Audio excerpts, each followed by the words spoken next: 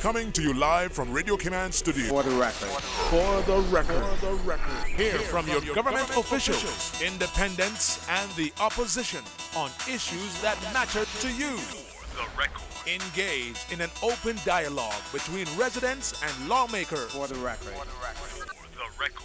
Informative, impartial, insightful. This is your talk show. 1-800-534-8255. Your calls, your input. This is For the Record. And now, your host, Orit Connor.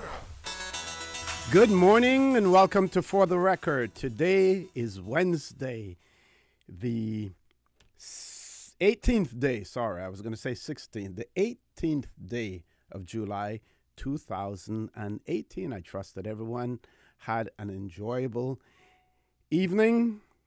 Those of you who are on vacation, you have that opportunity, the ability to stay in bed a little bit later. Some of you may even be served breakfast in bed. There are others of you who still have to do the trek, make the trek and go to work this morning. And to all of you, whatever you're doing, I want to say to you, have an enjoyable, a safe day as well. I want to thank you, our listening and viewing audience, for allowing Radio Cayman and by extension For the Record into your homes, into your vehicles, as you traverse the busy roads of the Cayman Islands into your places of work, whether it be an office cubicle or if you're working in the outdoors. As you know, For the Record is a show produced by the staff and management of Radio Cayman, and it is geared towards keeping you abreast of issues as they arise and play out on the local, regional, and international scene. I am your host, Orit Connor, and you're welcome to join me every Monday, Wednesday, and Friday from 7:30 a.m. until 9:30 a.m. During that period, our phone lines are always open. There's always someone there waiting to take your calls. You know what I'm going to say next. Normally, it is that beautiful radio voice of Miss Susan Watson. You can call us on our toll-free number provided courtesy of Flo. That toll-free number is 1-800-534-8255. You can also call us on 949-8037 and 949-6990. You can email us at fortherecord, that is one word, fortherecord, at candw.ky. You can send us a text message or leave us a voice note on our WhatsApp number. That number is 925-3261. And you can subscribe to YouTube, on YouTube as well. And that is subscribe to Radio Cayman live stream as well. So you have all of those numbers. I'm going to repeat them again to you because put them on fast dial. And why should you have them on fast dial? Because For the Record is the one radio talk show where you can get all of the information, that most of the information that you need. And if we can't give it to you live that day, we seek to get the information for you later on. We give you an opportunity to express your opinions as well. But also, today we have no guests in the studio, and it was designed that way.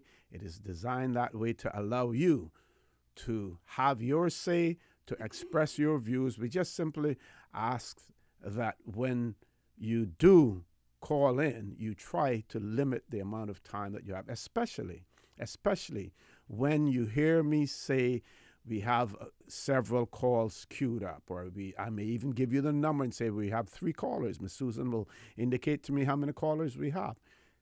Please be considerate and think about the other persons who are waiting online as well, and abbreviate your comments. What they say, brevity is the soul of life. Be as brief as possible, but at the same time, you can still get your point across as well. So, speed dial numbers, toll-free number provided courtesy of Flo, 1-800-534-8255, or you can call us on 949-8037, 949-6990, WhatsApp 925-3261. Okay, we're going to start off with today being the 18th day of July, Nelson Mandela Day. And Facebook says, on what would have been his 100th birthday, we remember the former president of South Africa as a champion for human rights, dignity, and freedom. Imagine the impact we could have if everyone followed his example and tried to make a difference in the lives of others. How great that would be, rather than us complaining constantly. And just a little bit of history. I won't call it trivia because it isn't. It's much more than trivia. Nelson Raleigh Halaha Mandela. That's Hausa, in the Hausa language. He was born on the 18th of July, 1918, passed on the 5th of December, 2013. South African anti-apartheid revolutionary, political leader, and philanthropist who served as president of South Africa from 1994 to 1999. He was the country's first black head of state and the first elected in a fully representative democratic election.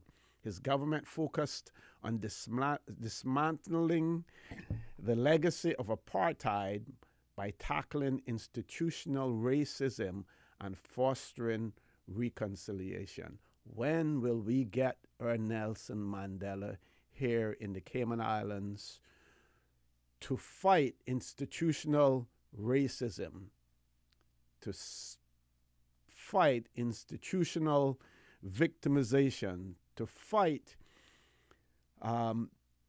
institutional deprivation of our people here in the Cayman Islands, those who need work, unable to find it, but yet at the same time we find work, we issue work permits on a constant basis. And for those who say that when the work permit figures go up, the unemployment rate for a Caymanian goes down, you may have some figures that show that, but that may simply be coincidence, because I believe in the hearts and in the souls of those persons who are feeling it. They certainly don't feel that when the work permit figures go up, that unemployment goes down. Those Caymanians are still unemployed. So when will we get our Nelson Mandela here in the Cayman Islands? One caller, let's go to the phone lines. Caller, good morning. Welcome to For the Record. Hi, good morning. Good morning. How are you? I am good. Nice to have seen you on Saturday. Nice seeing you too. Okay. It was a wonderful event. It was. It really was. It was. The museum does a great job in putting on all their events. But I could see everybody was enjoying the mangoes. I wish I had purchased some more. I know. I bought one. I purchased. Yeah, I bought one cassava cake, and I regretted afterwards that I didn't buy another one of those. It was really so nice and stretchy, and it wasn't too sweet. Good. Yeah, kudos to all the people who are utilizing mangoes in so many ways, Mm-hmm.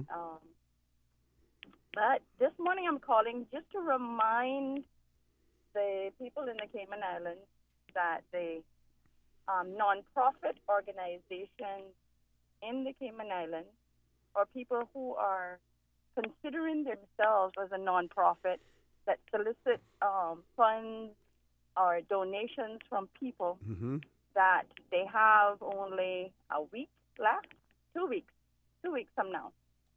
The 31st of July is the deadline Mm-hmm. to register those organizations, and to say that the general registry is open on Tuesdays and Thursdays until 7:30 in order to help people get the registration done before the end of the month, in order that they can be legit. Okay. Are there any possible consequences or repercussions if they do not provide the information, get themselves registered? the law states that if you're not registered and you do those things, there are penalties that you face.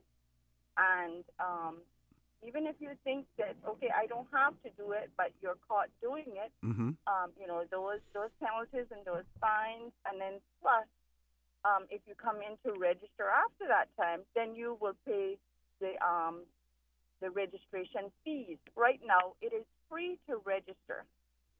So I want to implore people to take advantage of the next, week or so and get their nonprofit organizations, we call them the NPOs, Yep. done, and also for people to also come in and register on our business portal. We call it CBP. It's the Cayman Business Portal, and then they can start doing their work online. Okay. So just imploring people to remember that this is ongoing with the general registry. So take advantage of the times given and come in and do your registrations and online registrations. Okay. Caller, what would you say to potential donors, people who would normally be approached to give donations to individuals or to groups, about wanting to see that these persons, these groups, that they are actually properly documented, that they are actually registered? Because one of the purposes of the legislation is to ensure that those persons who are collecting money are collecting it for genuine purposes and for legitimate organizations. Yes, I think that the law states that, and we have been doing, a pretty good job of, letting people know that, there are consequences if they don't. And I think now that donors will be asking for you to present them with your with a copy of their certificate or some documentation to prove that they are a legit organization, to solicit funds. Mm-hmm, mm-hmm. Now, caller, I'm not sure whether or not you would have an answer for this one, but for this question. But what about, say, we know there are schools, for instance, who have annual trips overseas, and they collect monies for that, but they may not necessarily be registered as an NPO because it is only done one time per year, and other than that, they really don't do any solicitations. How would it work for them? Anytime you're soliciting funds for any particular reason, you should be registered. So I implore the PTAs from the schools, because it usually goes through the PTAs, to register. We have had a number of them who have come in and registered. Mm-hmm. But if you have not registered as a NPO, then you come in and you register, and then don't care what you have. They might only do it for the summer, Mm-hmm. or sometimes they're having school fairs or something, fundraisers in order to raise funds, but they're soliciting from people, again, in order to put on the fair, or so just come in and register. Like I said, it does not cost anything to register now, and it's not too much paperwork. So just go ahead and come in and register. One final question for the benefit of our listening and viewing audience. So, if you have some activity that goes on maybe once or twice per year, but you're not a registered company or entity with articles, memos and articles, can you still come in and say, I'm registering Orrit Connor as a registered company for your purposes? Yes, you can come in. You don't have to be a registered company Good. already. You can That's come good in to be and clear. register as an NPO, and we have like a draft sort of little bylaws that you can you fill in to suit the needs of what you were doing. Mm-hmm. Mm-hmm. So you don't have to be a registered entity already. You can just come in and you can register Okay. by filling out those forms and give us the ID, copy of someone's ID who will be on the board, Right. and they sign the application. So Got you. one person can come in and do it, but if they have other people on their executive or on their board, then they get the IDs for those people, and they also sign the application. Okay, caller, I want to thank you very much for that, because I'm certain that this conversation with you this morning helped to add some clarity to that situation, because I believe that there were people who were fearful about coming in to register simply because they weren't formally registered otherwise as and had articles and memos and articles of association as well. Caller, I want to thank you very much for that. We have to go to a commercial break. Folks, please stay tuned. Phone lines are always open. You're welcome to call in as soon as we return from this commercial break.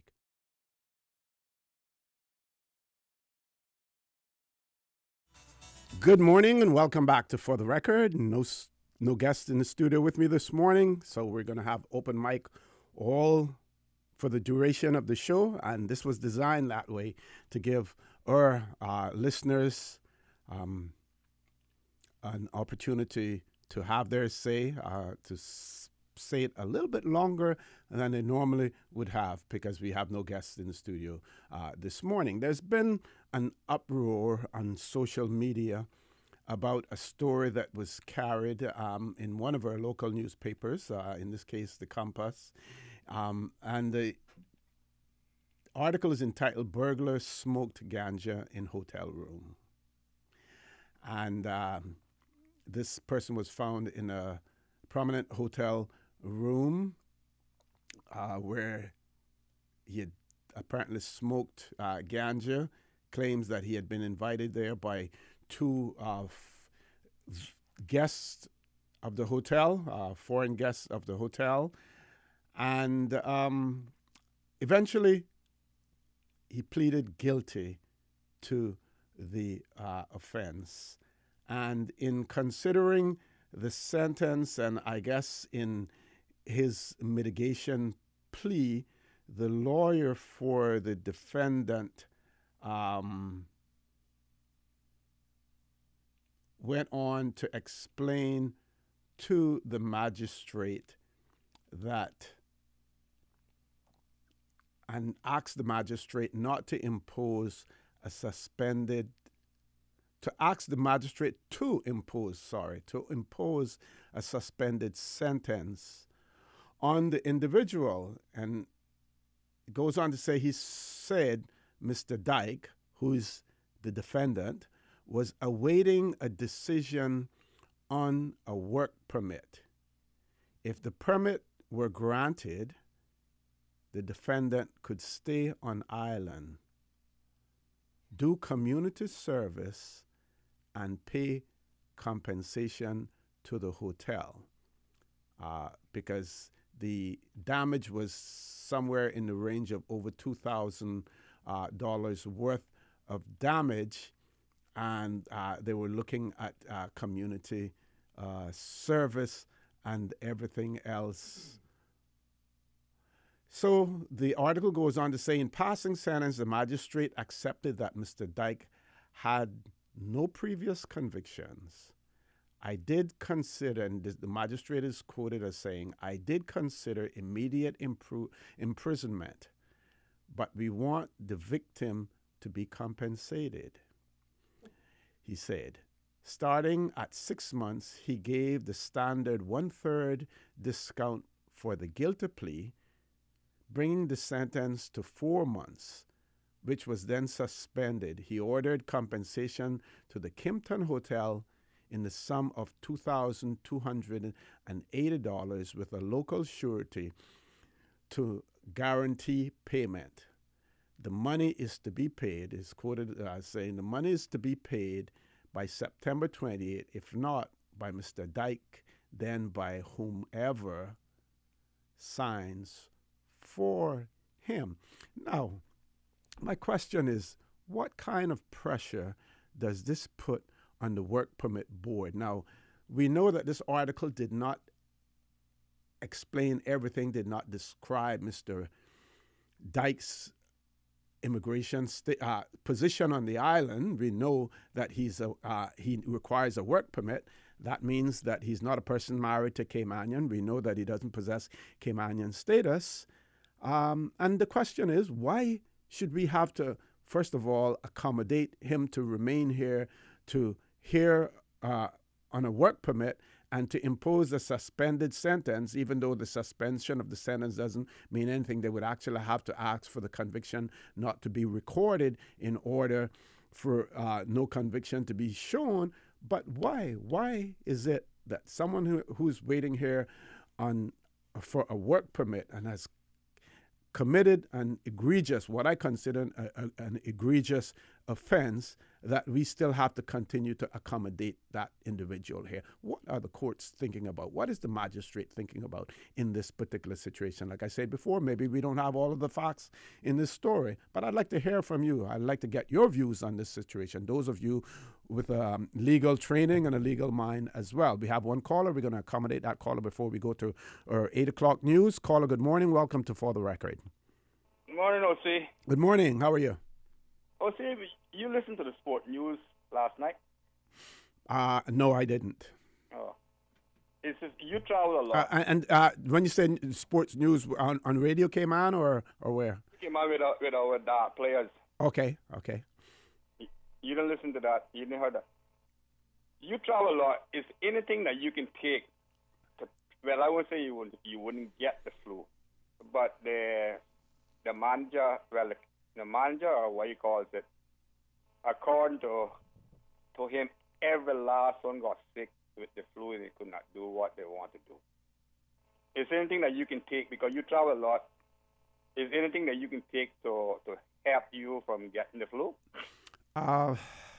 Well, there are precautions that you can try to take, but more than likely, if you're traveling with a group and you're all eating together, flying together, probably sitting together on the plane, it is highly likely that you're likely to contract that flu from those individuals. That is quite possible. Now, but like I said, there are possible precautions that you can take as well. I don't know if I'm using the correct word or not, but it kind of sad to say that, according to the coach, everyone gets sick, and the last one, he was so sick that he could not play. Mm-hmm. So you what you're saying is you don't believe, you don't buy the story. No. I'm just asking you, like, you travel a lot. If you can do anything to try to provide, or if you get an injection or something to try to help you. Well, you have the regular flu shots that they're administered by the Health Services Authority here, but you have to take that in advance when the flu season comes along. That may help as well. But like I said, there are precautions that you can take, especially if you're in close contact with people, ensuring that you wash your hands and things of that nature. But I'm going to ask you to leave us there, caller, because we have to go to our 8 o'clock news. But please feel free to rejoin us afterwards, and I'll try to see if I can Google and see what precautions can be taken in terms of avoiding influenza.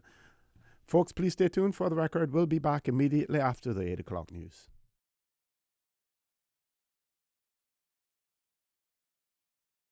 Good morning and welcome back to For the Record. No guests in the studio, so we have open mic for you all morning. We have one caller. Before we go to that caller, I just want to remind you of our numbers. Toll-free number provided courtesy of Flo. That toll-free number is 1-800-534-8255. You can also call us on 949-8037, 949-6990.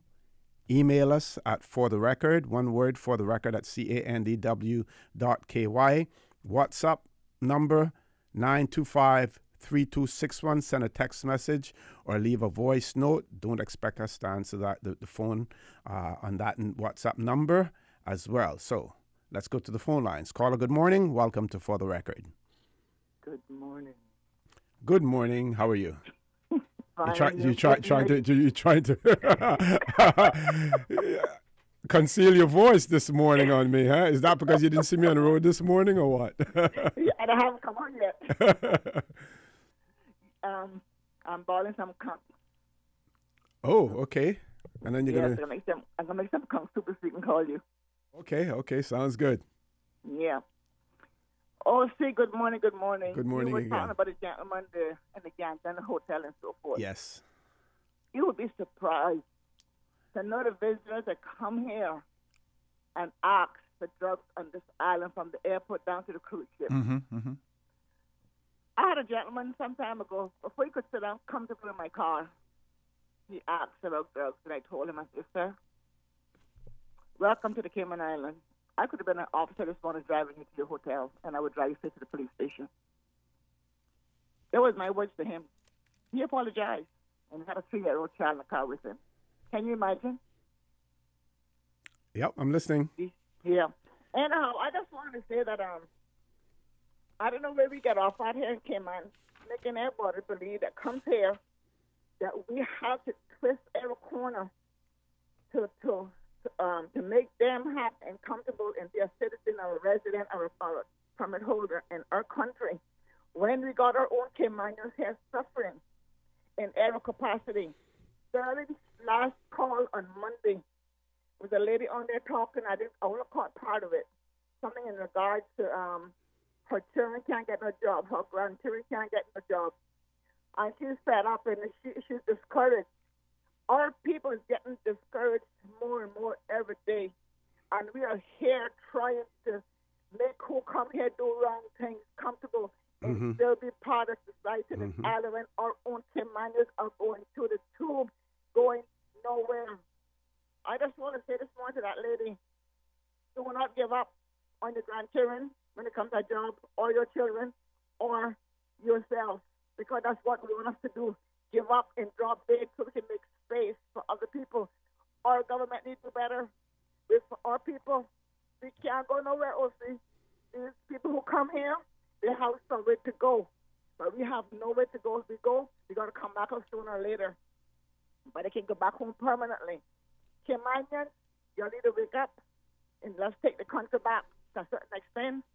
And I just wanted to say to Austin Harris, I applaud you for what you want to do about all these cars parked here and there. I wish you all the best, because if all the other governments couldn't control it, and if you can control it and bring something out of it, I take my hat off to you, Mr. Austin. Thank you. Oh, see, we talk later. Okay, thank you very much. Thank you very much for that, caller. Want to give a big shout out to Miss Pamela Rocket. You all know her as Miss Pam Rocket. She's listening in this morning, I believe, as well. I hope she is. And today is her birthday, so we want to give her a big shout out on her birthday today. And any of you have friends or relatives who has a birthday today, convey those messages to Miss Susan, and we will repeat them on the air as well. And I think that those birthday greetings are coming from her daughter Carmelie, her grandchildren, and her great-grandchildren as well. I should say one of her daughters, Carmelie, from Miss Pam Rocket. So big happy birthday to Miss Pam Rocket this morning as well.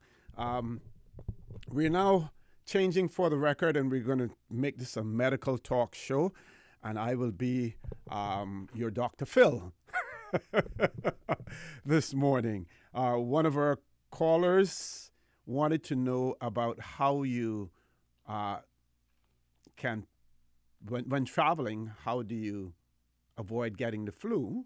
And I told him I would Google it. I can't take credit for it. I had to Google it. Tips for avoiding the flu while traveling. And talks about the U.S. Experiencing, flu at certain times of the year.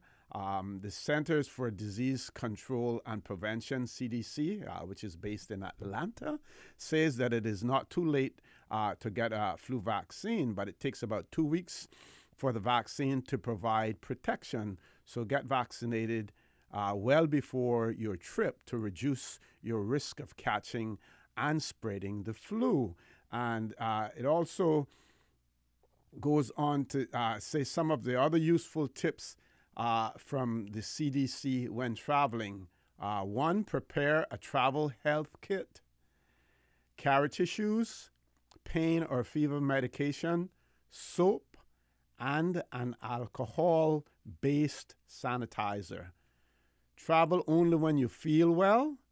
If you do become sick, however, what the center says, your doctor can prescribe antiviral drugs to treat flu infection. The drugs can make the illness shorter and milder. And it says if you travel, take precautions on your trip.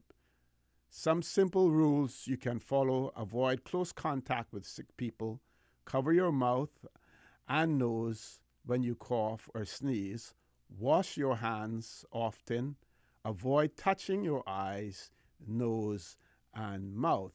Avoid touching your face because that's often how the flu gets into your system, through the eyes, nose, mouth, and face. It says sleep, hygiene, and maintaining a well-hydrated and consistently healthy diet, even when on the road, will also greatly help to reduce contracting the flu. So with the caller situation that the caller spoke about, a group of persons traveling together, traveling as a team, in close contact with each other in many instances. I'm sure that they all have their personal darts as well, but if they're handling other people's darts and those persons have the flu, all of those conditions are ripe for you spreading the flu or the cold or whatever you call it from one individual to the other. Once you've contracted it, then the only thing that you can do is basically try to take medication to see how you can minimize the effects of it as well. But I would say that the greatest piece of advice is get a flu shot from your doctor, or when the Health Services Authority here in the Cayman Islands, we give you free flu shots. Unless you choose to go to your doctor and get a flu shot and you want to your insurance to cover that, and you want to be a copay in relation to whatever it costs for that flu shot. And our private doctors out there, they're not cheap here in the Cayman Islands. As a matter of fact, I was driving with someone, and I'm sort of like, I'm going to digress a little bit here. Driving with someone yesterday, and they were talking about so many medical facilities, and we crossed one, and it was one of those where you can just pop in without any appointment and stuff like that. And I said, I believe we have too many doctors in the Cayman Islands as it is. And the big question is, as a result of having so many doctors on the island, do we get doctors over prescribing, or do we have doctors constantly saying, okay, come back and see me in 2 weeks, come back and see me in a month?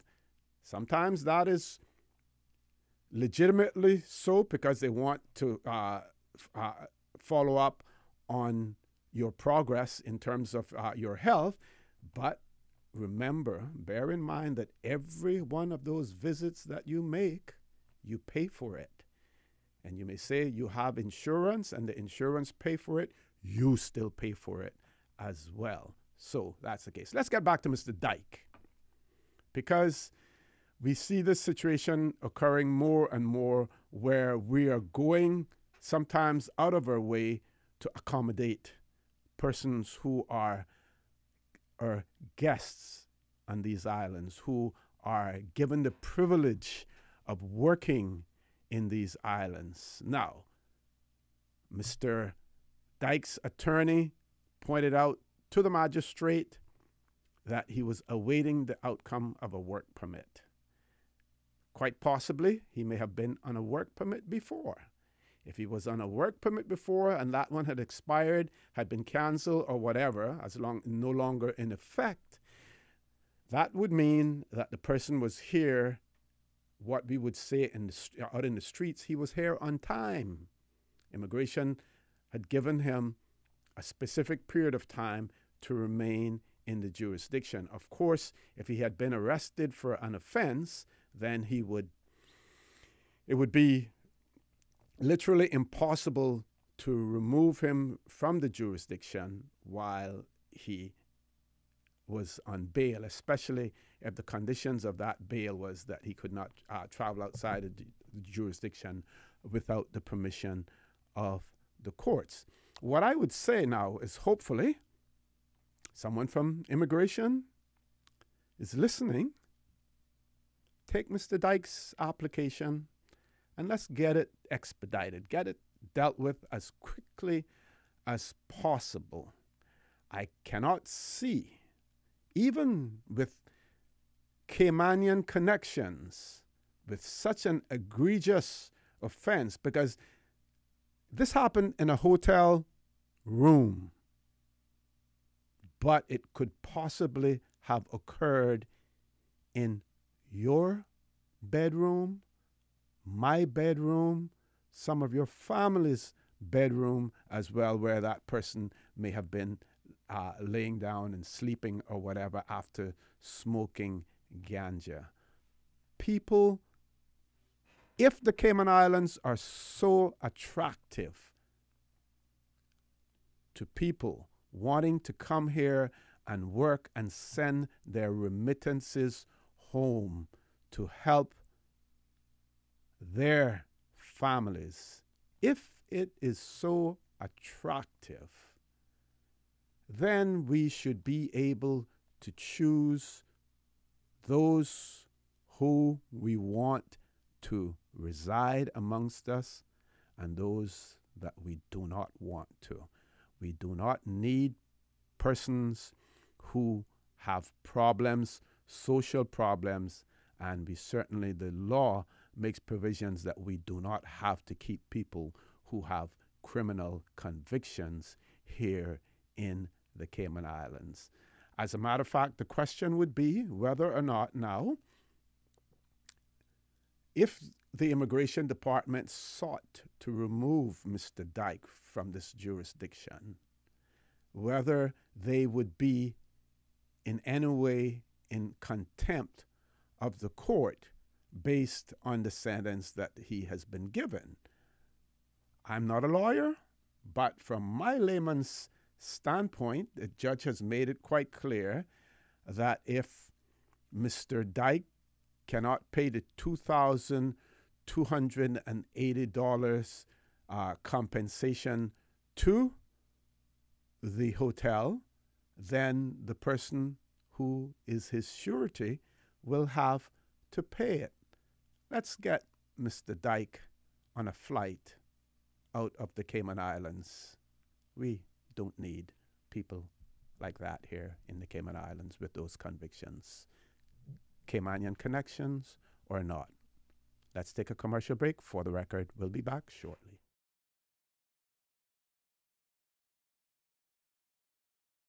Good morning and welcome back to For the Record.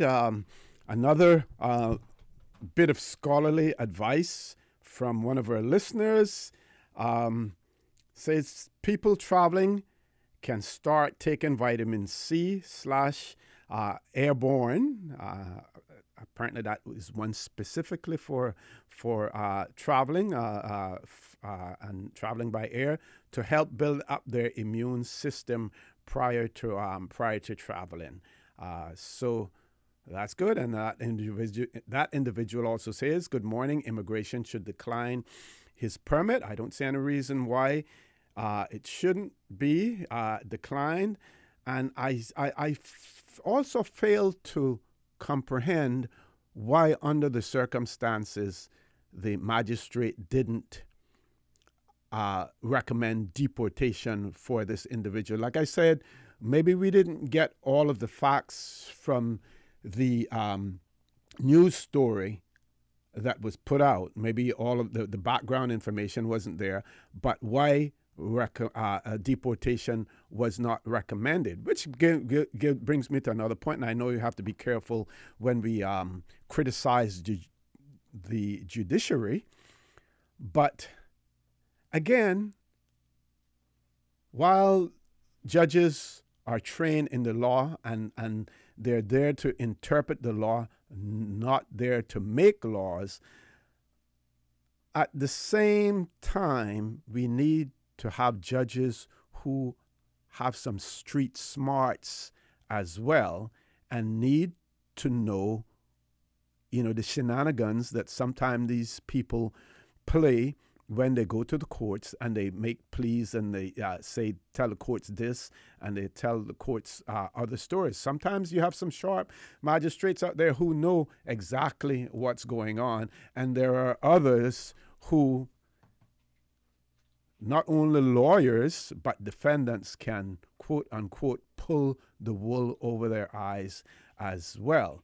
So, and there are times when you will see magistrates, when considering something like this, would want to get the immigration department's point of view and may summons the chief immigration officer or his appointee to come to the court to explain a particular situation. Because in this particular case, I do not believe that this person should be able to remain on the streets, no work permit, no obvious means of earning a living because he has to get a work permit to do that. And then we give them community service and say to them that you have to pay back the money. So what do? We give them a work permit. You commit it. First of all, you are non-Caymanian with the privilege of working in the Cayman Islands. You commit an egregious offense. We take you to court, and the court says, okay, we're going to allow you to stay to see if you can get a work permit to pay back what you would. Maybe, hopefully, Kimpton has insurance, and they're insured in terms of whatever damage that was done to the room. I'm told that they had to spend quite a bit of money to get rid of the ganja scent. Not told, I read, sorry, that they had to spend a considerable amount of money to get the scent of the ganja out of the rooms. These were rooms that were not occupied by guests, not registered to guests. They were actually under renovation at the time. Do we have a caller, Ms. Susan? One caller. Let's go to the phone lines. Caller, good morning. Welcome to For the Record. Good morning, Dr. Connor. Good morning, Dr. McField. How are you? Are you dispensing medicine? You're practicing medicine now. Jack of all trades this morning. Good. Anyway, so perhaps the person that you were speaking about is one of the 100,000 that we expect to expand our population with. So perhaps he's already been selected. Yes. As one of those $100,000 people that we are going to expand our population with, and that's the reason why he's here. Although he has no money, he has no job, he has no family, and so forth. That's what happens. Another thing I want to say, the island now is oversaturated with doctors and dentists. For a population where you have 28,000 people on temporary here, it means that they have temporary residence here because they're working here in permits. And then of the 60-something thousand, you have the balance of people here. It's oversaturated for that amount. Usually you have one or two doctors for every 100,000 people or something like that, or 50,000 people, but not over 50 dentists and so many doctors. You wonder why we keep licensing them, how they are going to make a living between them. It's literally everybody will be fighting for the same patient, and like you say, dispensing medication, so forth. In regards to your friend, to your caller who called about traveling, I believe in prevention. I don't believe in trying to find the symptoms. to cure the symptoms. I believe in prevention, so he has to start thinking about prevention, so to keep his immune system in a position where it is not easily broken down by influenza and stuff that he gets when he's traveling. You have my number. If he wants to call back, you can give us my number, and I will give him my formula over the. But I'm not going to do it over the air. In terms of what you say this morning about a Mandela, we'll never have a Caymanian Mandela, because the reason for a Mandela, Caymanians will have refuted the reason for a Mandela. They do not admit the reasons for a Mandela. On another talk show several days ago, I called to try to explain to people one of the reasons why we're having all of the crime and the youth violence and the youth dropout and things like that. And I was saying it's coming from a lack of education and lack of support for education from an early time. And I was saying that those reports, the Yolanda report and this report and that report, are only reports that deals with the symptoms. It does not deal with the source of the reasons why we got into this position. And I was trying to explain historical and political reasons for this. And I was reading some stuff from our archives that to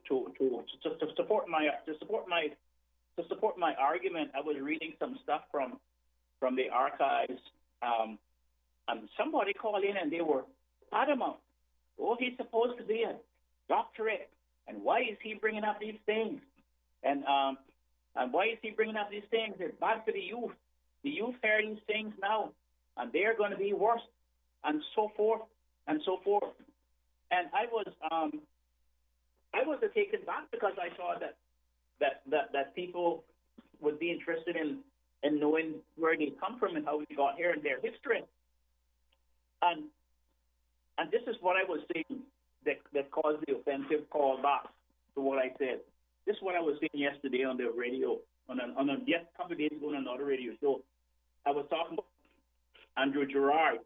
He was writing to his superior, which was the governor of Jamaica, and he was saying, and this is in the archives, this is in Tina,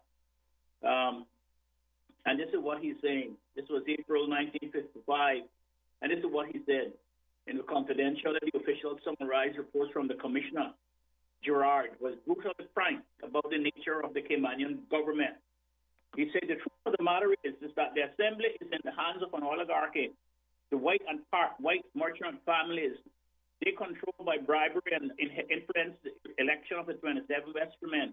And there is little difference between the interests of those 27 and the interests of the 27 justices. There is, in theory, universal adult suffrage. The law of 1865 states, and I quote, the magistrate shall call the people together and proceed to elect the vestrymen to serve for 2 years, unquote. By custom, however, only male taxpayers between the age of 18 and 60 vote. Of these, many of the most viral are usually away following their traditional vocation at sea. And Governor Foote writing to his superiors in England said this. And he says, Governor Foote said about a particular person, I'm not going to call his name, but I'm going to cause it a controversy on radio. He said he's a pleasant fellow to meet, but I think it can fairly be said that most of his influence in the Cayman is bad. He extorts reasonable profit from the ordinary people.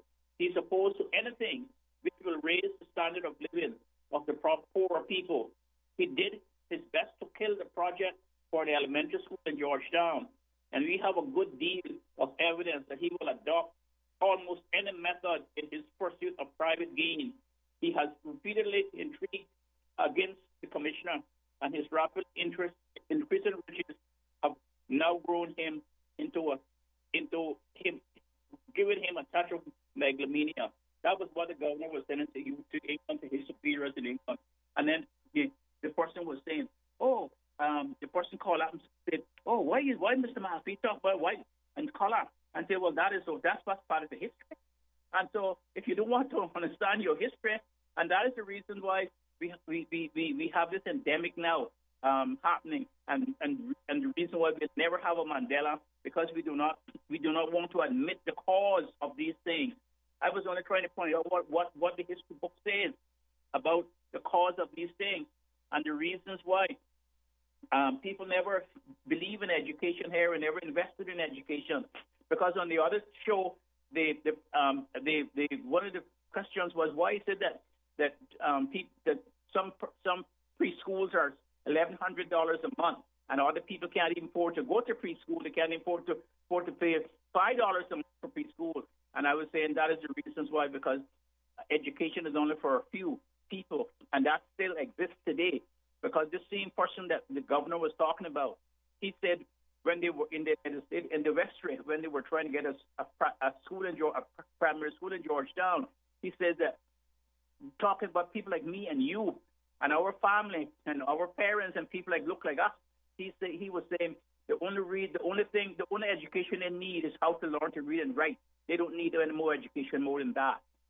And I find it very, very, very disturbing that we'll never have a Mandela here, because the reason for a Mandela it's being suppressed, and we go around trying to tell ourselves, oh, that we live in the best country in the world and so forth. You just brought up an incident this morning which proves that we don't live in the best country in the world, and that certain people can walk away from adversity and then can commit crimes, and then next day they can walk into a job, and they can and everybody forgets, and we embrace them as if they are lords and as if they are come from heaven, as if they are shining angels in shining armor. That's the problem that we have, and we don't actually want to hear the truth about the situation that we're in.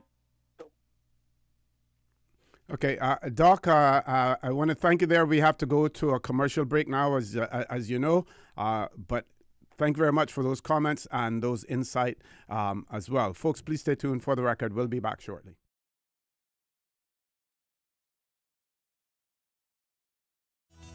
And welcome back to For the Record. I believe we have one caller, so we're going to the phone lines. Caller, good morning. Welcome to For the Record. Good morning, Cayman's future revolutionist. Future? Current. Current. Yeah, the gentleman that called in earlier this morning concerning the DART team. Oh, yes. My info, because of what my info tells me, I think if we had take strong Cayman DART players over to Trinidad, we would not have nobody falling sick. But if you make up the team, I understand the team was made up of almost more than half of them were Filipinos who was here on work permits. Mm-hmm. And matter of fact, I understand that one of the team members are also on rollover. That when they come back, she will only be able to stay on the island for 2 days when she'll have to vacate the island. Maybe they consider that trip as a break of stay. Oh, maybe. That's the rollover period now. Yeah, you know, what gets me is that not too long ago when the scandal came up with the FIFA fiasco, the ministry was very quick to withhold the grant that the FIFA receives annually. Mm-hmm. And a lot of our younger kids, developing kids, had to suffer for that period because there was no funds. Mm-hmm. But yet, we can take our Cayman money to furnish people that are not Caymanians or here on work permit to go abroad to represent Cayman. Developing them, because partly it seems like a development period for them because they never make a difference. I understand the last tournament, they came 7 out of 10. This time they come 7 out of 10 again. So it don't sound like they're bringing anything special to the table to elevate us. And the Darts Association, they do receive funding from government? I understand they did. And I understand the director of sport might have been very instrumental in that. But also another part is where Cayman players were told that you will have to pay your way to go. Mm-hmm. And when they found out that the Filipinos were being paid out of the grant that they received, those Caymanians refused to go. They said, listen, we can't take time off from work and then pay our way too when you're paying, these people way and out of our Cayman money. So there's, like those old people say, there's more than meets the eye to this situation. That's right. That's right, O.C. And I understand there's an individual who's digging into this and going to be meeting with one of the little local down to earth newspaper media soon. Okay. That's to make a so stay tuned. More to come. Yeah. Stay tuned. More to come, and maybe stay tuned to the record also. Okay. Thank you very much for that. Let's go back to the phone lines. Caller, good morning. Welcome to For the Record. Good morning, Mr. Moderator. Thank you for opening the floodgates and enlightening all those who wish to be enlightened. Good morning, sir. Thank you very much. I just want to call, not so much to endorse what Dr. McField said, because what he said needs no endorsement, but to remind those who are anxious to be reminded and who wish to know about our history. This is a colonial society, and you have to understand that colonialism is predicated on that most potent of colonial symbols, the white or near white skin. And so from the very beginning, education was a problem for some of us. If we go back to history, it was the people of Bordentown, the people who were illiterate. They weren't ignorant. They were illiterate. There's a difference between ignorance and illiteracy. Certainly. Illiterate means they couldn't read and write, but they had enough gumption to petition for school to be opened to school their children, their children, the children of the slaves, and for the Micro Charity to come down here. Malcolm came, and he stayed for a year. He left because the near white people didn't want the black children to go to school with their children because they thought the near white was superior. And so that has been our history from that time. And if people want to find out who Commissioner Gerard was referring to, which important Caymanian near white person, read the Cayman Islands in Transition, because I have named the person who, instead of agitating for a school to be built in Georgetown, wanted a dock and a jail. And that's been our history in modern times. I came back here with a master's degree. People poked fun at my education. I went in the assembly. A certain near white Caymanian society man called me a defunct school teacher. But yet, when the University College ran in trouble because of a choice they had made, whom did they come seeking? Yes. Whom did they come seeking? Great point. That defunct school teacher. And thank God he has done a good job and is ready to demit his post. We have we need to keep you there much longer. We need you to stay there longer. No, sir. I want to go, and I have my reasons for wanting to go. I understand. I will make those reasons public in my time. I will make those reasons public in my time, in my exit report. But I will say this, as a chronicler of events in this society, we have sown the wind, and we are destined to reap the whirlwind. And we talk about we want 100,000 population. How are they going to come? You want more people that inhabited the room down to Kimpton? Sir. Yes. We have predicated our future on a faulty system.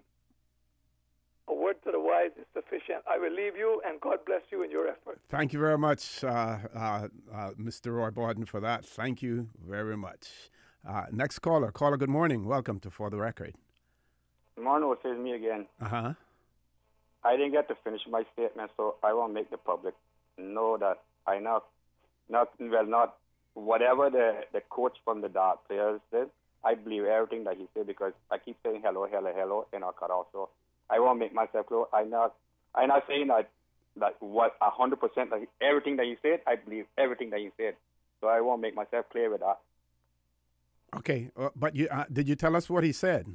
Other than this one saying now, everyone his players. I told you that. Okay. Oh, came down with the flu.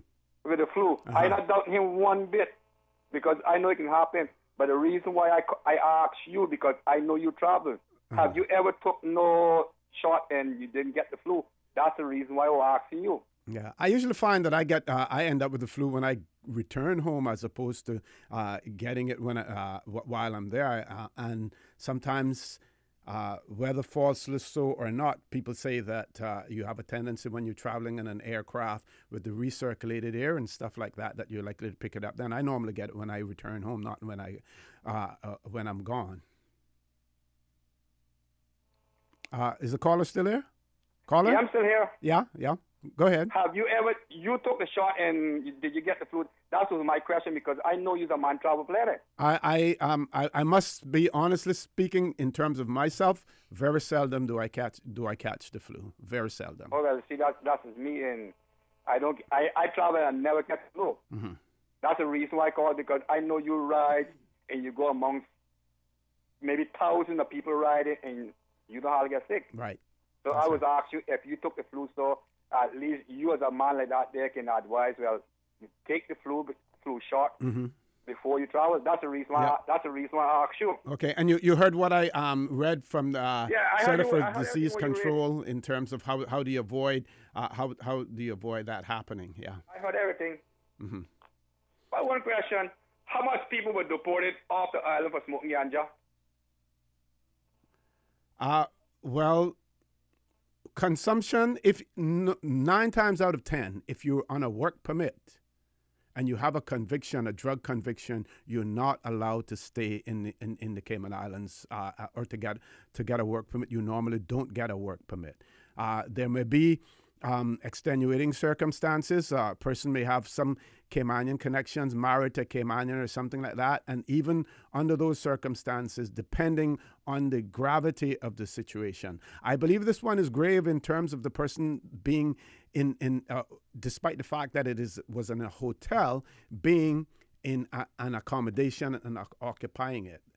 Obviously, I could understand if this person had been picked up by immigration for working without a work permit while he's waiting for another work permit. But to be smoking ganja on the beach and, as he claimed, and inviting others or being invited by others to party in their room, we don't need people like that.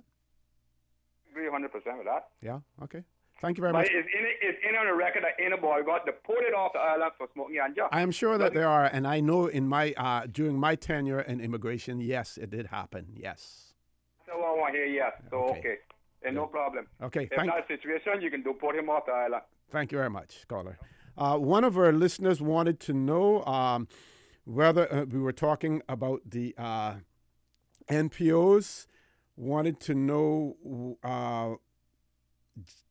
Just wondered if a strata would be considered a nonprofit since they are supposed to be a nonprofit entity and they do collect fees.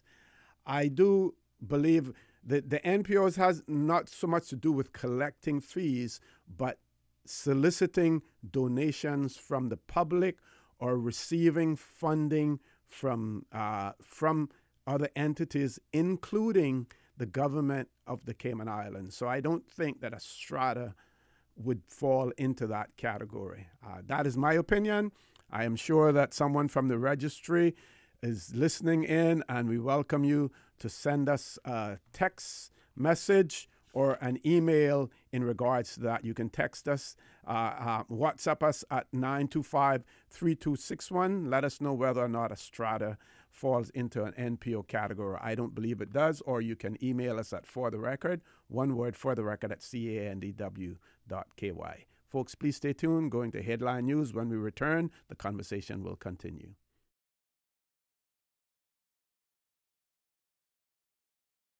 Good morning and welcome back to For the Record. No callers at this point in time.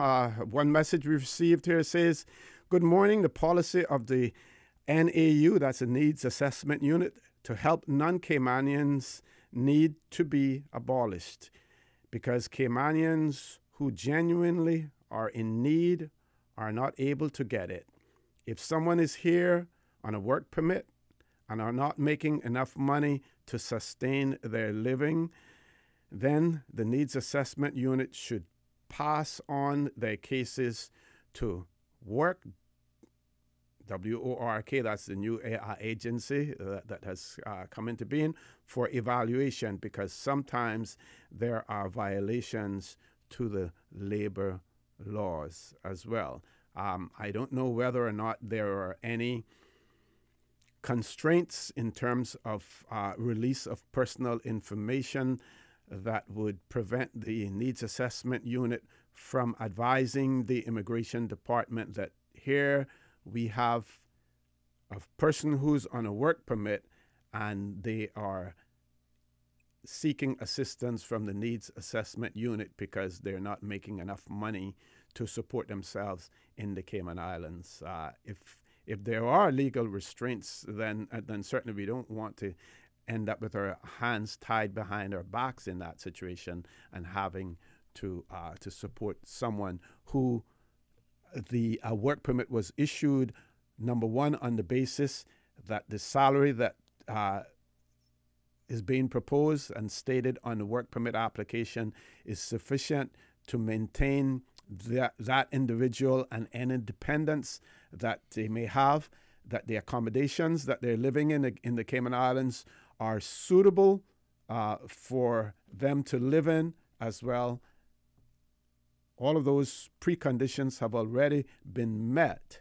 So our needs assessment unit should really not have to be taking their cases and dealing with them on a financial basis, unless it is a situation where there's a tragedy, fire in their apartment where they're living or something of that nature. 2 calls, let's go to the phone lines. First caller, good morning, welcome to For the Record. Good morning, caller. Hello, good morning. Good morning, sir. How are you? Fine, how are you doing? I'm fine, thanks. All right. I listened keenly to some of the previous commentators. People coming in here to this country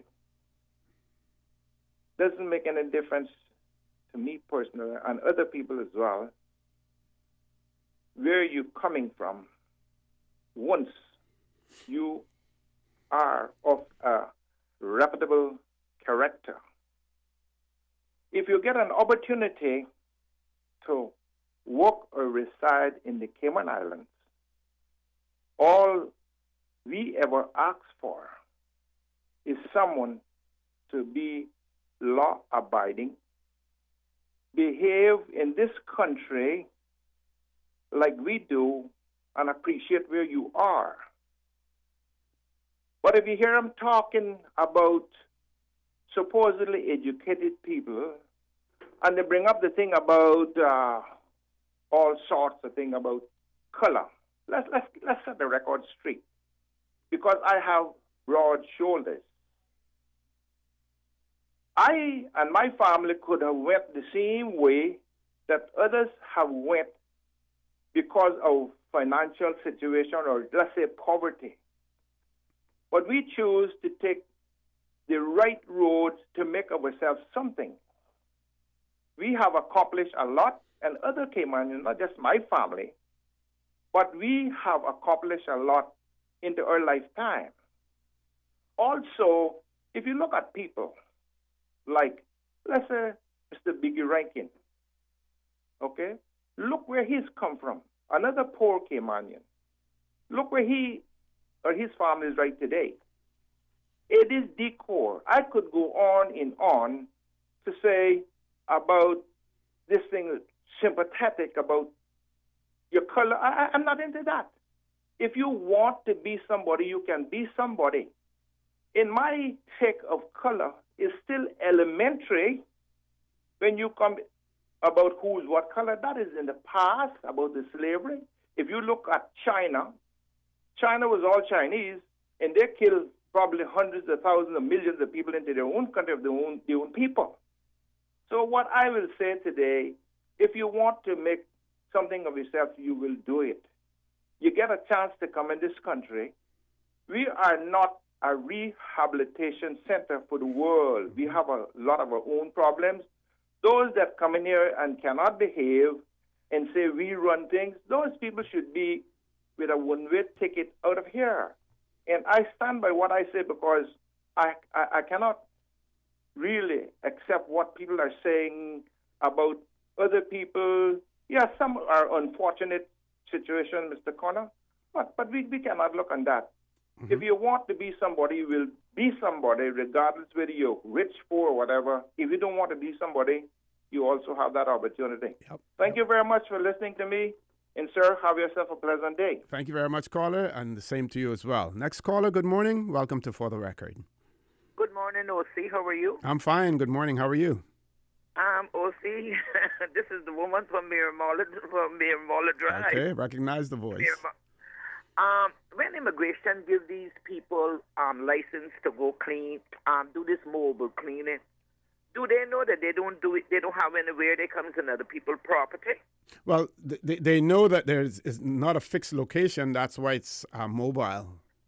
Yeah, well, they need to have a fixed location because I don't think that we out here should have to support them with land, I suppose, and do what they want to do. They bring in about a car and throw it down in the open lot. Anyway, that they see open on Miramala Drive, and I becomes the police out there. That is one. The next one is this. It's bad when you don't know about traveling. And I know Caymanian people has traveled the world. I was in Honduras the other day. I got sick, but I traveled with my medication. Okay. And I didn't even need to see a doctor because probably it was sinus, probably it was allergies, and everybody think they're getting a cold, and probably it's not a cold. And I took my medication, and I mean, the first day I felt kind of bad, but I still worked because that's what I went there for. And I didn't have any problem. I didn't have to see a doctor. The next thing I need to ask you, I get calls about these Caymanian dresses, but I don't intend to mess my time with everybody. I have my granddaughter, and she's going to school, and her mother has asked me for one. And I want to make one for her, but our Caymanian children, I'm going to style it like it, but I can modernize it at the same time. I thought my grandmother said it was blue plaid, but I can't remember, and I wanted to get it out before Steve came because I know he would know the exact color. That's what I need to know because I'm going to build her one, and maybe everybody will take the style from that. But make sure when they're taking that now, it ain't going to be like the butterfly that is in the paper that is mine. They're going to have to pay me some money for it now. And because our children are not used to that, say, old-fashioned dress, because we never did it when we should. We should have made every child in Cayman wore one. Sometimes they were young, that they got used to it. We can't wait now for the older one, but we can instill it into the younger one and show them our traditional. And the boys should also have a plaid shirt because school do have cultural day. And people come here and I have to tell them, well, you get a skirt like this and which is not the right thing. They need the right color and they need that Cayman style to it and their straw hat. And it's not going and buying a hat from anybody. They need to get a Cayman straw hat made and a nice basket to go with it. I'm going to make hers more dressy-like that would entice the young people to say, oh, I will wear it. Okay? That's the style I'll put to it. But I want to know the right color because I'm going to do it more like the quadrille. Because, I researches and read everything I do. And I was doing Caribbean plaid dresses, and all of us is the same. And Puerto Rico's was there, Nicaragua's, Honduras, and everyone. It's the same style. But, I want to do our Pacific color. The style, like I say, I'm going to throw that bottom like the quadrille. It's the top that the young people... I would suggest that the best place for you to go to get that information, one of two places, the museum, but more specifically probably the National Archives. The national. Oh, well, oh, see, you really. Oh, see, that's the thing is this. I don't want to run up and down, drive up and Well, down. if you give them a call, they will tell you whether or not they have any information in that regard, and they will be able to lead you in the right direction. Just a phone call. These days, the archives. The National Archives. Yes. Okay. And they're listed. Thank you. Okay. Thank you very much, caller, for that as well. We're talking. We have another caller, Miss Susan. Let's go to the phone lines. Caller, good morning. Welcome to For the Record. Mr. Orrit Connor, it's Quincy Brown. Good morning. How are you? Good morning. How are you doing? I was on my way down this morning.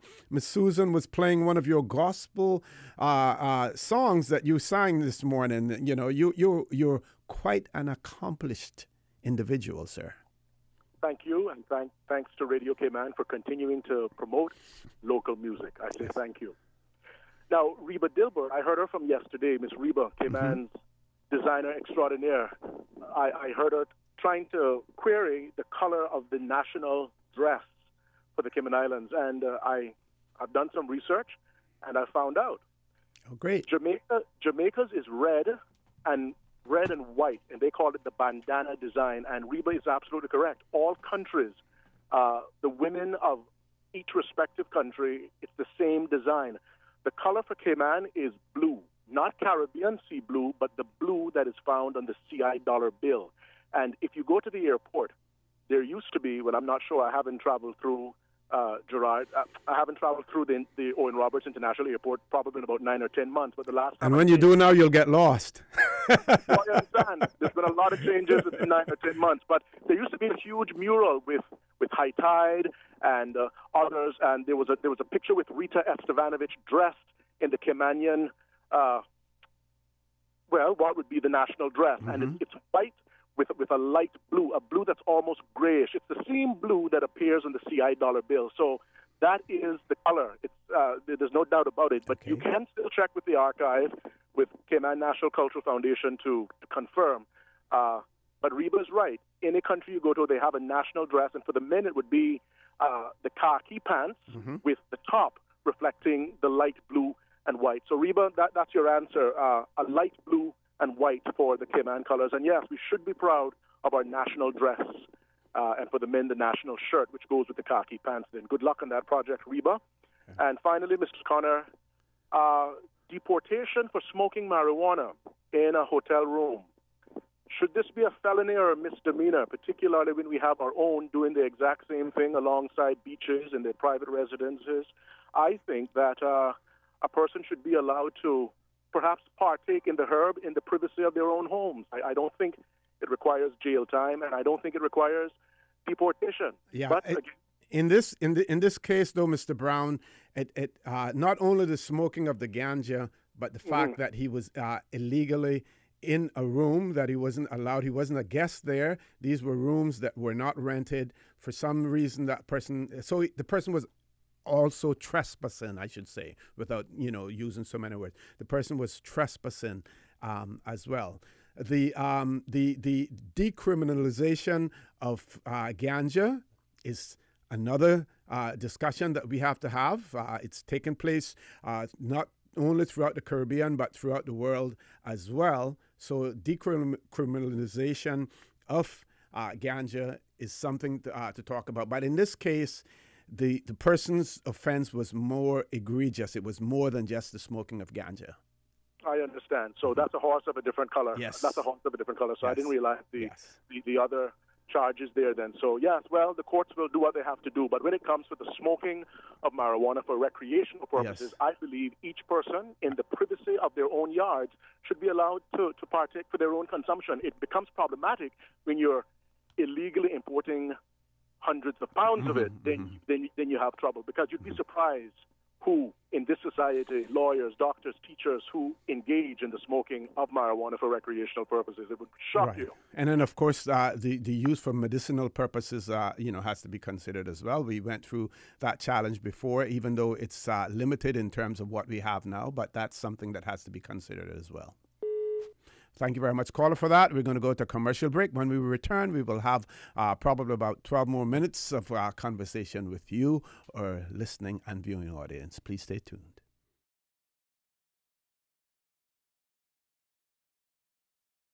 Good morning and welcome back to For the Record. One of our listeners has also shared information with us in relation to traveling, avoiding the flu, and depending on the type of activity that you're involved in and in competition, she pointed out that you have to be extremely careful the medication that you take as well in the event that for that particular competition, you are drug tested as well. So you have to be extremely careful what medication you take when traveling and going to competition to ensure that it does not contain banned substances that will show up in your either the blood or the urine testing that may take place. I don't know whether or not they have reached the stage yet where they are testing darts players for performance-enhancing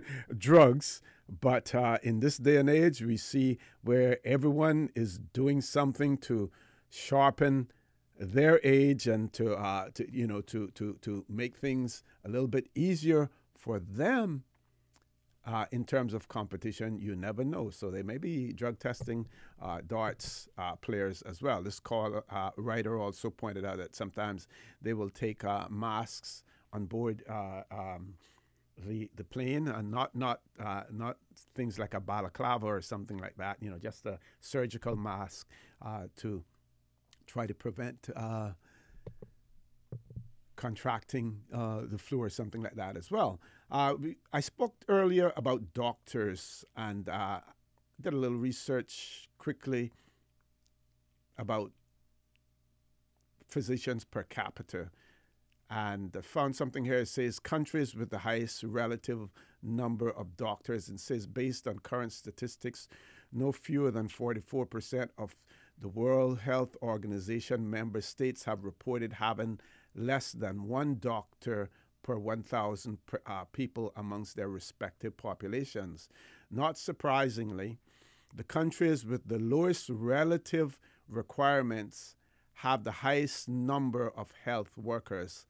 Qatar, with 77.4 physicians per 1,000 people, leads the way. The oil-rich state is then followed by Monaco, which has 71.7 physicians per 1,000, Cuba with 67.2, Greece and San Marino with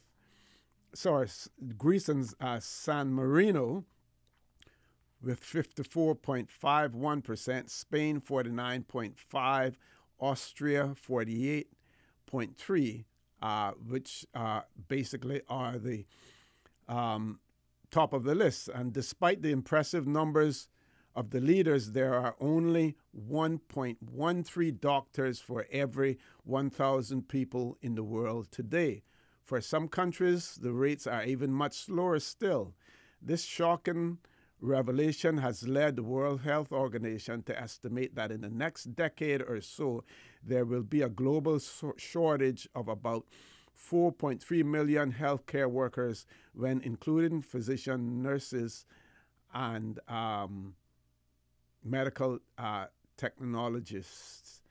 Talks about the physician supply, which refers to the number of trained doctors who are employed in the healthcare system, are currently active in the medical labor market, is impacted mainly by the number of medical school graduates in certain countries, as well as the number of physicians who actually go on to further their careers in medical field. This goes without saying that the countries with educational system not sufficiently developed to have medical schools will suffer greatly of shortage of physicians, physician supply, which is certainly the case for the ones located in the African region.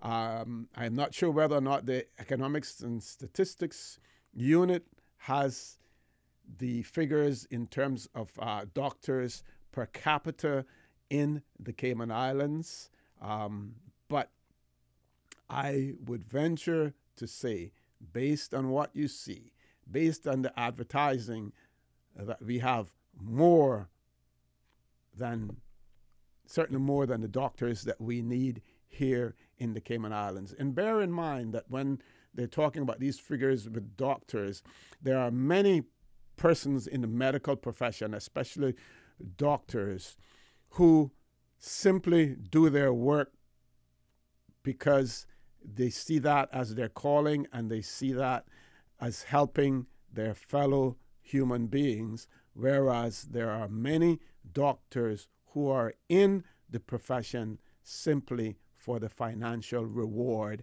and no other reward. And we have that mixture here in the Cayman Islands as well, those who do it as a calling and those who do it to pocket the financial rewards. I will say no more. We have a caller. Let's go to the phone lines. Caller, good morning. Welcome to For the Record. Jose, good morning to you. Good morning, sir. How are you? Not too bad. Just want to comment briefly on the darts. I remember, when I used to play professional darts that we used to travel over the Caribbean. Drugs is something that was not even mentioned in that particular game when it came to darts. I mean, there was no such thing, because darts is something that you have to be 100% sharp. Even a bear or two or any mixed drinks at all will throw you off like you would not believe. Mm-hmm. I mean, I never drank. The only thing I ever drank was a beer. So if I found a few times that if I drank one or two or three beers, them beers I used to drink like maybe 6. Now I'm down to 2. It would affect my accuracy. We'd try to hit exactly what I want to hit. So I'm not saying that, it's not people are not doing it, but I can tell you if they are, it's going to affect their skills for hitting what they want tremendously. Mm-hmm. So I just wanted to share that with you. Okay, but caller, are you aware that there is no drug testing in the sport of darts? Is there? I am much aware that there's no drug testing in darts because of the same comments that I made, because it's not like some sports. People take drugs to improve their energy, and, their stamina, and everything else in the world you can think about. But in darts, it's a whole different ball game. It's all in the wrist and the eyes. And the mental sharpness. Yes, exactly. Yes. And I mean, your hand has to be 100%. What's the word you would use? No nervousness or no. Steady. It has to be steady. Yes. Yes. You have to be 100% steady with your hand, or you can forget it. You'll probably hit the floor quicker than you hit the board. And I mean, these are things that I learned about darts over the years when I used to play professionally. But but I'm sure there probably is, but you're not going to perform the way that you should. I can assure you that. Okay, thank you very much, caller, for that. Ms. Susan, you want to take one more call? No more call? No, we have no calls. I have a WhatsApp here. I'm trying to access it. I believe that there's something here. Good morning. I missed the WhatsApp message about the NAU, and seems like a person opposing help for people unless it is the case of a disaster occurring with the applicant. Can you read it for me again, please? Appreciate it. Okay, I'll try to find that NAU one as well. If I can't, then I'll do it the other day. Another one says, good morning.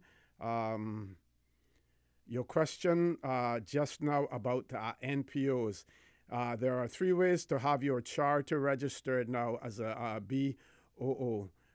Under the new law, the method for loosely held groups like neighborhood watch groups and strata organizations, etc., it's to have them duly registered as an unincorporated body of persons. Please call or visit me, and that's George Ebanks has sent that in that regard.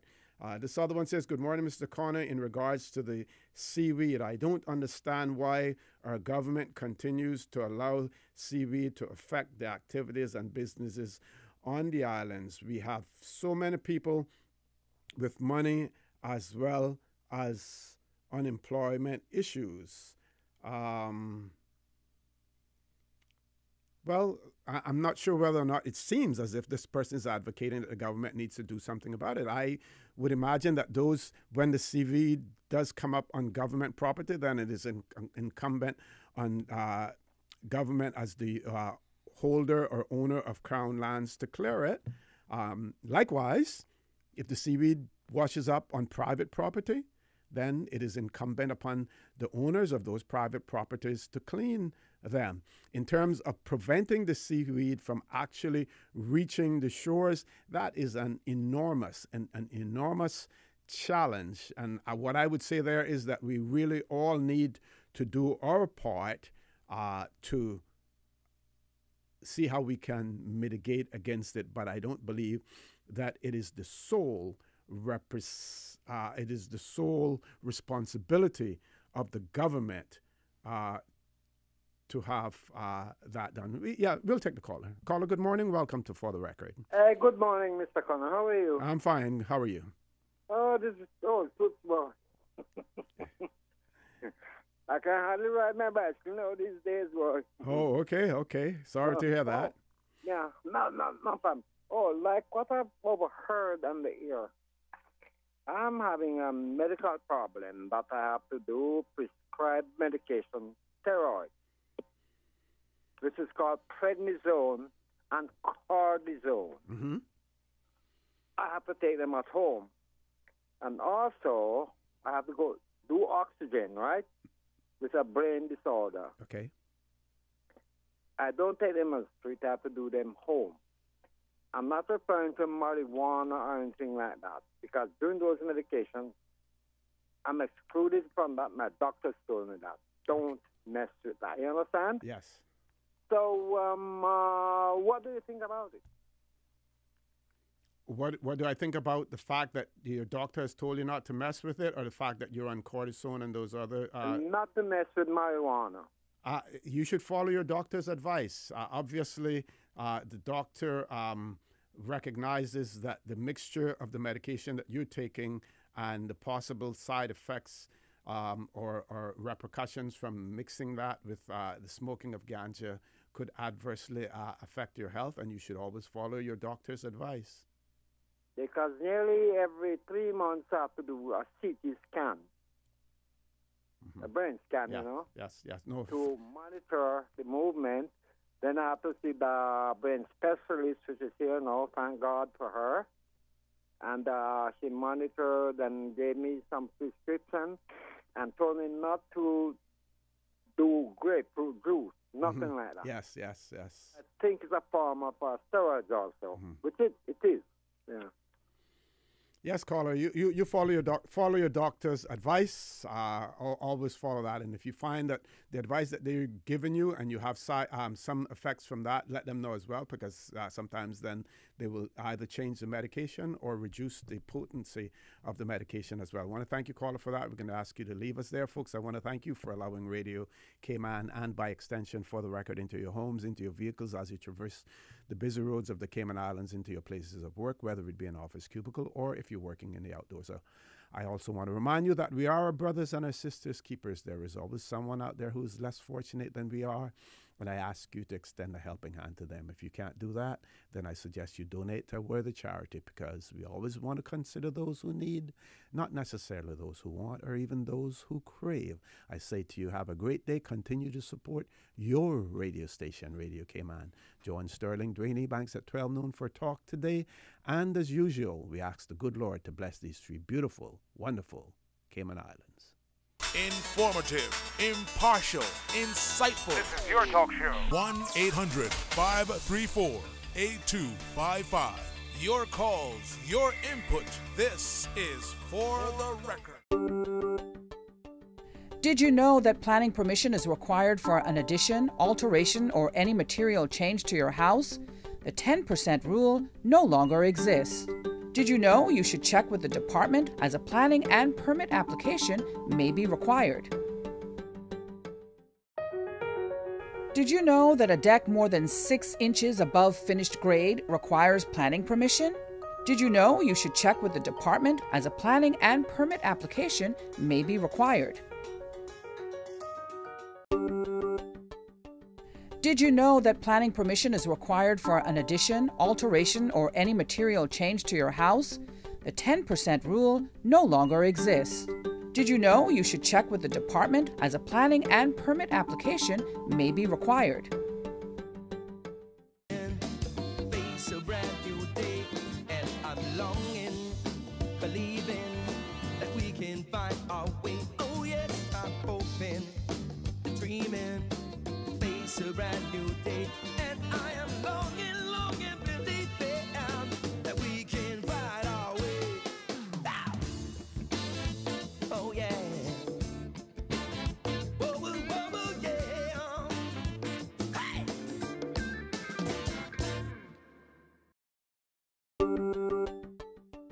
Did you know that planning permission is required for an addition, alteration, or any material change to your house? The 10% rule no longer exists. Did you know you should check with the department as a planning and permit application may be required? Did you know your mailing address details on your land register must be up to date in order to receive notices on new development which may impact you? Visit Lands and Survey Department to check your mailing address is correct. Did you know that walls, fences located along the road require planning permission no matter the height? You should check with the department as a planning and permit application may be required. Did you know that fences and walls within the high water setback require planning permission no matter the height? You should check with the department as a planning and permit application may be required.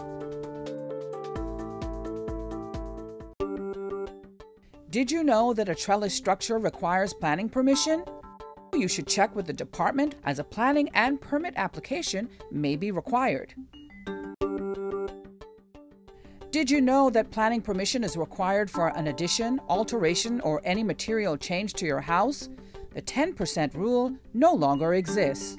Did you know you should check with the department as a planning and permit application may be required?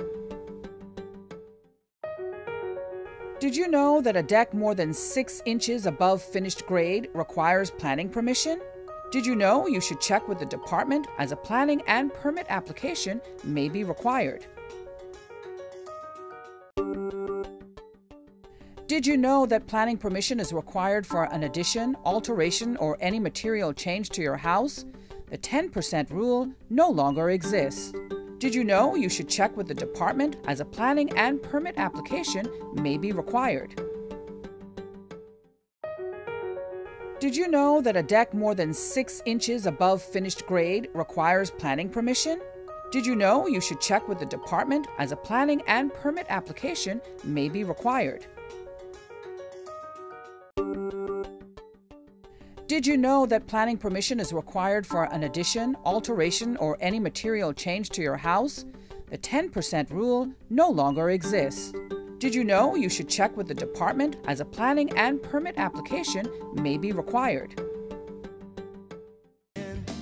Face a brand new day, and I'm longing, believing that we can find our way. Oh yes, I'm hoping, dreaming. Face a brand new day, and I am longing, longing, believing that we can find our way. Ah. Oh yeah. Whoa, whoa, whoa, whoa, yeah. Hey.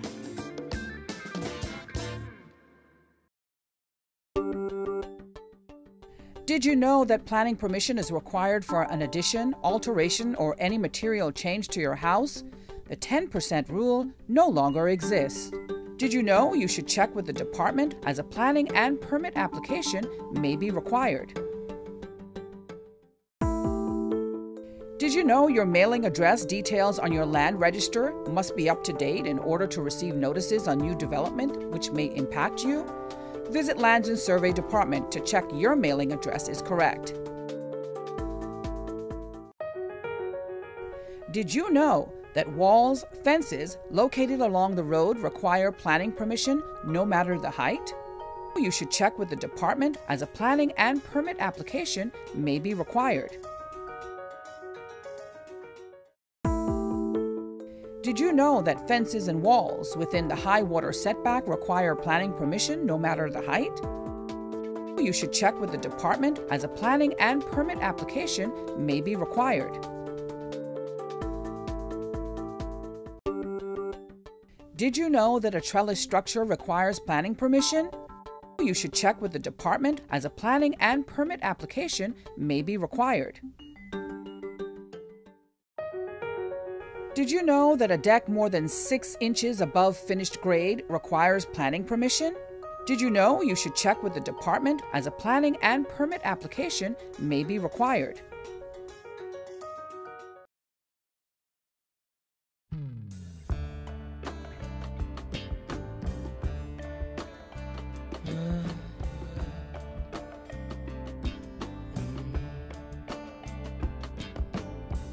Wait for me, baby. Wait for my life. Wait for the pleasure.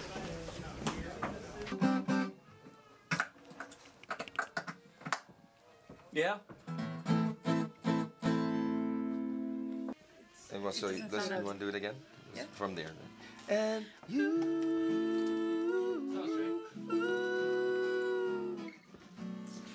make me smile. And Yeah, I need a little more acoustic guitar. Doesn't Paul do the flute in it? Yeah, Paul does flute. Nice. every time.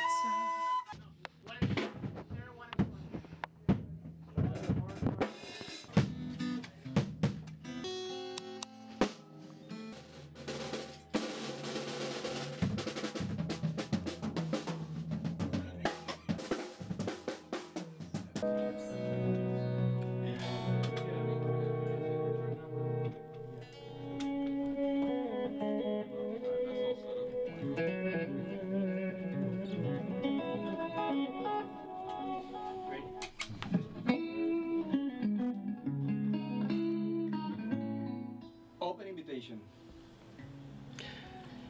Oh, that's yeah. That's like a, I guess it says what it is. It's like sending a gift card out there going, hey, I'm free, I'm single, I'm free, come get me. Just, it's something like that. So I guess you were single when you were... Yeah, okay, we'll go with it. He's never single.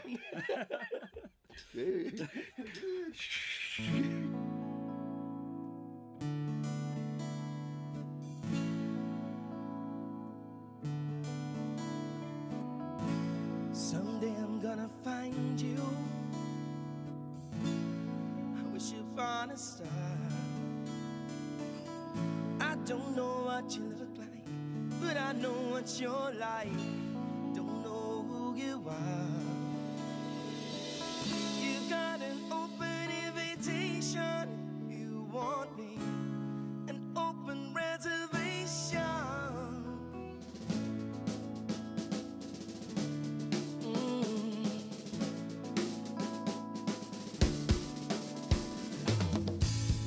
Looking through my window, feeling passing by. You don't know how I need you till you know how I want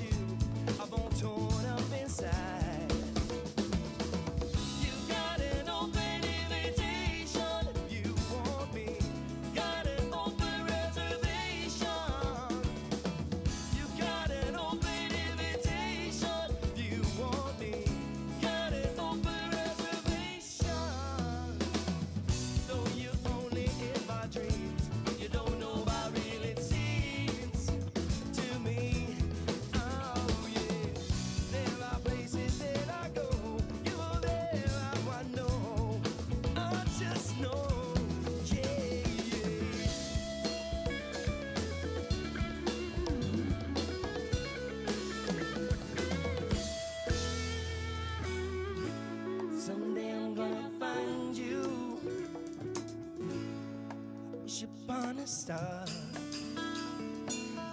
I don't know what you look like, but I know what you like. Don't know who you are.